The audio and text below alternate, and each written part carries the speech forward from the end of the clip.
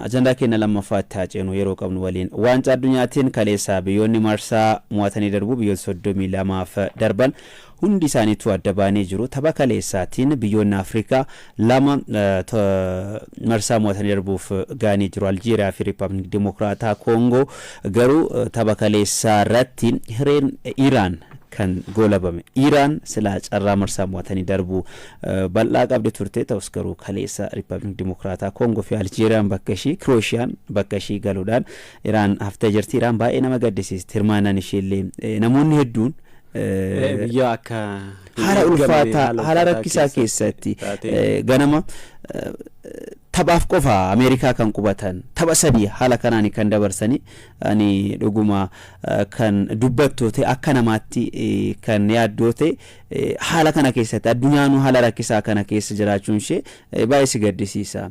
Kubbaa miilaati waan ta'eef kuni egaa biyya isaanii keessa taphachuun hin oolle haala kanaan Iraaniin rakkisuun danquun gara jabummaa hammeenyummaa Ameerikaa ifatti kan mul'isedha. FIFAn dadhabina isaa ifatti kan agarsiise jechuun ni danda'ama. Taphoota kana taphoota ramaddii Ameerikaatti akka hin taane dursee Federeeshiniin Kubbaa Miilaa Iraan gaafatee jira. Sila Meeksikootti osoo kan ta'uuf yookiin immoo Kaanaadaatti kan ta'uuf ta'e rooroon hammi kun irra ga'uu hin danda'u akka namaatti kan yaaddoo ta'e Iraan dorgommii kana keessa ba'uun ishee dhuguma baay'ee nama gaddisiisa. Garuu biyyoonni Afrikaa lama darbanii jiru. Walumaa gala biyyoonni Afrikaa 9 darbanii jiru. Tapha kaleessaa ilaallume. Tapha kaleessaatiin Riippaabilikii Dimokiraataa Koongoo tapha hiree isheettiin murteeffatteedha. Achiin duratti qabxii tokko qofa biyyatti tuni kan qabdu kaleessa garuu Uzbeekistaan irratti goolii galchiteen injifannoon galmeessite marsaa itti aanutti akka darbituuf ishee gargaareetiin jira. Biyyatti tuni osoo hin eeggamin Poortugaal waliin goolii tokko qixa kan xumurte tapha sanaan sila qabxii akka taphatteen qabxii argachuu qabdi ture ta'us goolii tokko qixaan xumuruudhaan taphattaan mo'amte tapha kaleessa Uzbeekistaan irraa qabxii 3 argachuun biyyoonni Afrikaa riikardii marsaa mo'atanii darbuus akka fooyyessan gargaarteetti jirti. Dhibbentaa 90 Afrikaan kan dabarsite tapha kaleessaa kanaan Tuuniziyaa qofa qabxii tokkollee osoo hin argatin ramaddiirraa qabxii malee biyyatti galte. Kun immoo akkuma tuukaafte Iraan rakkoo san hunda keessa darbaatiin waancaa addunyaa irratti hirmaatte. Miseensonni garee Iraan kan ogeeyyota fayyaa, miseensota leenjistoota namoota hedduu dabalatee namoonni 15 deeggarsa garee isaaniitiif godhuudhaaf akka Ameerikaan seennes kan irratti dhoorgaman kana hunda keessa darbitee biyyattiin imala dheeraa pileeniidhaan deemaa pileeniidhaan deebi'aa taphachaatiin kan turte carraa dhiphaa kaleessa eeggachaatiin kan turte. Riippaabilikii Dimokiraataa Koongoo silaa qixa baatee biyyattiin darbuudhaaf carraa qabdi. Aljeeriyaan silaa mo'amtee biyyattiin darbuudhaaf carraa qabdi. Kana hunda milkeessine Iraanii fi carraa Koongoon harkaa fudhatteetii jirti jechuu ni dandeenya.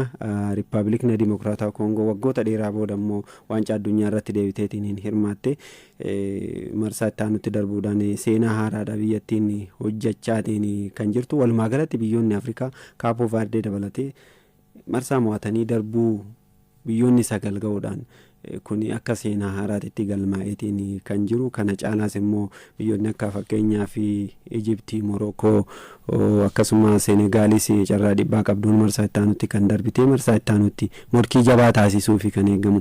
Biyyoonni immoo marsaa jalqabaa yookaan immoo ramaddirraa akka ta'anii rakkatanii darban kun dorgommii kubbaa miilaa keessatti yeroo achi darban yeroo morkii jabaa taasisan kan mul'atudha. Kanaaf biyyoonni Afrikaa ammas kana caalaa deematteetiin eeguu dandeessa.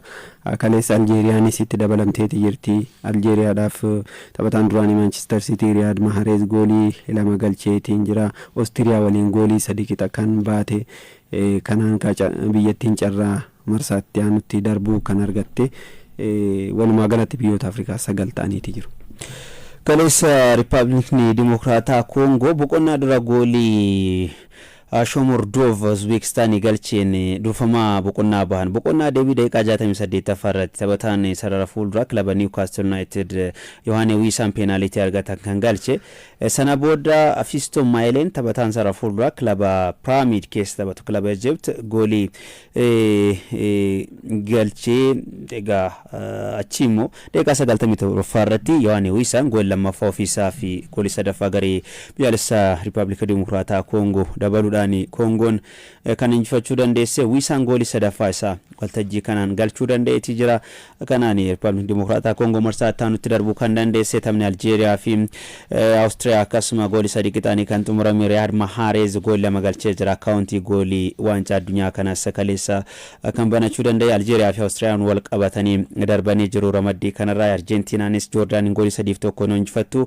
Meesiin goolii 1 galchuudhaan waancaa addunyaa kanaan goolii 6 isaa galchuu danda'ee jira. Riikardii ofii isaallee si'a 3 fooyyessee jechuu taphatan kun.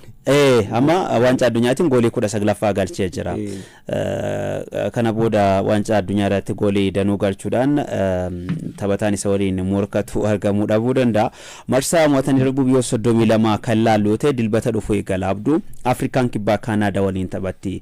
Kaanaadaan qopheessuu dorgommii kanaati. Afrikaan kibbaa immoo biyyoonni Afrikaa hedduun isaanii dugda itti garagalfataniiti jiru. Dhimma xeenofoobiyaatti wal qabate. Kanaaf lammiileen dhalattoonni Afrikaa kan Kaanaadaa jiraatan diyaaspooraan hedduun isaanii Kaanaadaa akka deeggaran eegama.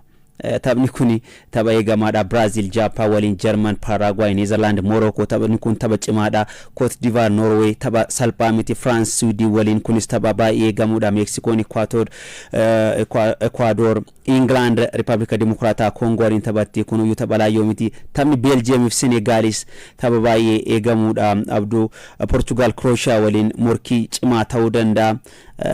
Ani Kaapo Verdiin Arjentiinaa waliin dhufuu isheeti biyyatti xiqqoon odolaatuun egaa yeroo jalqabaatti furmaattee jechuu dandeessi jedhamaatiin jira. Arjentiinaa injifattee injifachuu qofa osoo hin taane tarii hin beekamu biyyattiin ooftee dhiibdee xumuraan geettee beenaaditti illee injifachuu dandeessi. Ispeen gocha Ispeen irratti hojjetteen carraa argatte yoo fayyadamte goolii galchuu dandeessi.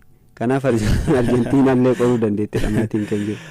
Kaapo Verdeen hirmaannaa ishee jalqabaatiin biyya xiqqoo marsaa mo'atanii darbuuf geessa jalqabaas taatee jirti. Arjentiinaa waliin shaampiyoon dorgommichaa waliin kan walitti dhufte. Awustiraaliyaan Ijipti waliin, Siwiizerlaand Aljeeriyaa waliin kan ramadamanii. Taphoota eegaman keessaa Beeljiyeemii fi Senegaal kan Neezerlaandii fi Moorookoo addattaa ilaallume yeroon keenyas xumuramaa jira. Beeljiyeemis biyya angas mara ga'umsa jabaa irraa arge tapha xumuraa kaleessa injifatteen biyyattiin carraa darbuu kan argatte.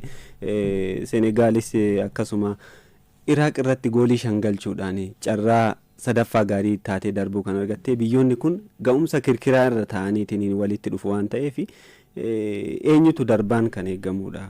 Gama kilaboota lamaaniitiyyuu taphataa itti amanteetiin goolii hedduu galchettuuf hin qabdu waan ta'eef Senegaal carraa gaarii natti fakkaatan Senegaalii fi Beeljiyeem waliin ishee ga'uun marsaa itti aanutti darbuudhaaf carraa waan qabdu natti fakkaata. Kan Neezerlaandii fi Moorookoo tilmaamuun baay'ee ulfaataadha. Kan Koot Diivaarii fi Noorwees akkasuma baay'ee cimuu danda'a.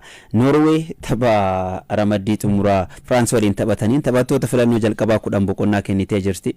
Tapha Koot Diivaar kanaaf waan xiyyeeffatteedha kan fakkaatu.